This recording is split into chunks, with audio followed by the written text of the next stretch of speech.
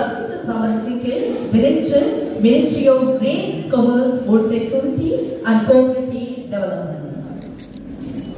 Next, Honorable மாற்றங்களை செய்கின்ற பொழுது இதில் நல்ல பலாபலன் காலங்கள் கிடைக்கும் என்று நாங்கள் பார்க்கிறோம். அது மாத்திரமல்ல, இன்றைக்கு எங்களுடைய யாழ்ப்பாண வணிக சங்கத்தினர் வருகை தந்திருக்கின்றார்கள். அவர்களுக்கும் கூட இதை வாராவது இதை கட்டியெழுப்ப வேண்டும் என்கின்ற தேவை இருக்கிறது. அப்போ அந்த தேவையின் அடிப்படையில் எதிர்வரும் காலங்களில் அவர்களும் கூட இதற்கு மேலதிகமான நல்ல திட்டங்களை பெற்றுக் கொடுத்து இதை ஒரு ஆக்கப்பூர்வமாக செயற்படுவதற்கான நடவடிக்கை எடுப்பார்கள் என்ற நம்பிக்கை எங்களுக்கு இருக்கு. அந்த வகையில் இன்றைக்கு பின்னேறம் அவர்களோடும் இது சம்பந்தமாக உரையாடுவதற்கும் நாங்கள் தீர்மானித்திருக்கிறோம். அதே போன்று எங்களுக்கு எல்லோருக்குமே தெரியும், எங்களுடைய அரசாங்கத்தினுடைய நோக்கமே வேறு எதுமல்ல, விஷயமாக எங்களுடைய அதாவது தேசிய உற்பத்தியை ஊக்குவிக்க வேண்டும், தேசிய உற்பத்தியாளர்களை ஊக்குவிக்க வேண்டும், தேசிய வியாபாரிகளை ஊக்குவிக்க வேண்டும். இதுதான் எங்களுடைய பிரதானமான ஒரு ஸ்லோகம். அதாவது இந்த வர்த்தக துறையை நாங்கள் எடுத்துக்கொள்கின்ற பொழுது எல்லாவற்றையும் வெளிநாட்டில் இருந்து இறக்குமதி செய்வதை மாத்திரம் நோக்கமாக கொண்டிருந்த அரசியல்வாதிகள் இருந்தார்கள். அதற்காக முழு நாட்டையும் வெளிநாட்டு வர்த்தகத்துக்கு திறந்து விடப்பட்டிருக்கிறது. அப்போ எங்களுடைய நாட்டினுடைய உற்பத்தியை ஊக்குவிப்பதற்கோ அல்லது விவசாயிகளை ஊக்குவிப்பதற்கான நடவடிக்கை எடுக்கப்படவில்லை. அப்போ அதன் காரணமாகவே இன்றைக்கு எங்களுடைய உற்பத்தி அபிஷேகமாக விவசாயத்துறை இன்றைக்கு பல்வேறு கேள்விக்குறியாக இருக்குது.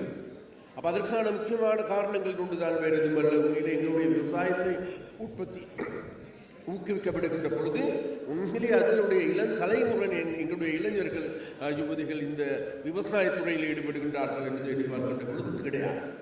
அப்படியானால் எங்களுடைய இளம் தலைமுறையினரை அல்லது இளைஞர்களை இந்த விவசாயத்துறைக்கு உள்ளீர்ப்பது எப்படி என்கின்ற தேவையும் இருக்கின்றது. அப்போ அதன் அடிப்படையில் கடந்த காலத்தில் போன்று முன்னைய காலங்களில் போன்று எங்களுடைய தாத்தாமார் பாட்டான்மார் செய்தது போன்று இன்னமும் கூட கோவணத்தை கட்டிக்கொண்டு நாங்கள் வயலுக்கு இறங்குவதற்கு பதிலாக அதை விட நவீன தொழில்நுட்பங்கள் இன்றைக்கு வந்திருக்கின்றன.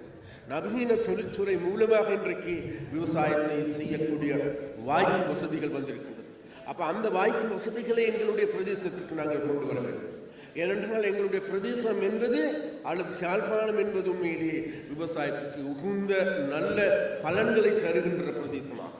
ஒரு காலத்தில் விவசாயத்தையே நம்பி வாழ்ந்த மக்கள், இங்கே இருக்கின்ற ஆசிரியர்களா பேராசிரியர்களா அனைத்துவரை எடுத்துக்கொண்டாலும் கூட அனைத்துவருமே தாங்களுடைய விவசாயத்தின் மூலமாகவே தாங்களுடைய வாழ்க்கையை உயர்த்தி கொண்டவர்கள்.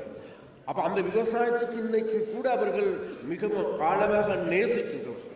அவ்வாறு நேசிக்கின்றதாக இருந்த இந்த விவசாயத்துறை இன்றைக்கு ஏன் இவ்வாறு உடைந்து விழுந்ததுக்கான காரணம் என்ன என்பதை நாங்கள் ஆராய வேண்டும். அதற்காக நாங்கள் அழைப்பு விடுக்கின்ற விஷயமாக யாழ்ப்பாணத்தில் இருக்கின்ற எங்களுடைய புத்திஜீவிகள், எங்களுடைய அரசு அதிகாரிகள், அரசு நிறுவனங்கள், தொழில் செய்கின்ற அனைவருக்கும் நாங்கள் அழைப்பு விடுக்கின்றோம்.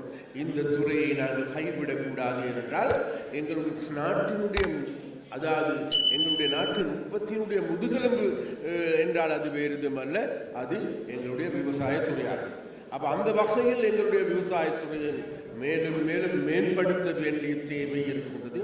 அந்த தேவையின் நிமித்தமாகவே இன்றைக்கு நாங்கள் இந்த மத்திய நிலையத்தை வர்த்தக மத்திய நிலையத்தை மீண்டும் திறப்பதற்கான நடவடிக்கைகளை நாங்கள் இவ்வாறு எடுக்கப்படுகின்ற பொழுது எங்களுக்கு எல்லோருக்குமே தெரியும், இங்கு இருக்கின்ற ஒரு சிலர் வந்து சதாகாலம் ஏதாவது ஒரு முன்னேற்றகரமான வேலை செய்கின்ற பொழுது, நாட்டை முன்னேற்றுகின்ற பொழுது அதில் காலில் இழுக்கின்ற, கையில் இழுக்கின்ற, அதற்கு தடை போடுகின்ற நபர்கள் இருக்கின்றார்கள்.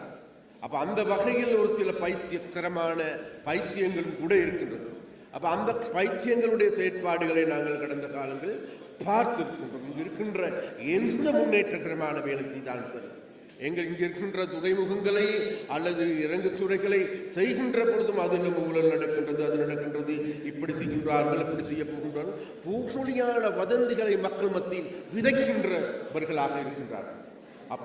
அப்போ அந்த வகையில் இன்றைக்கு நாங்கள் எடுத்துக்கொண்டால் உங்களுக்கு எல்லோருக்குமே தெரியும், இந்த முருகி அதாவது எங்களுக்கு கடந்த காலங்களில் எங்களுடைய மாகாண சபைக்கு ஒதுக்கப்பட்ட தொகைகள் மிக குறை.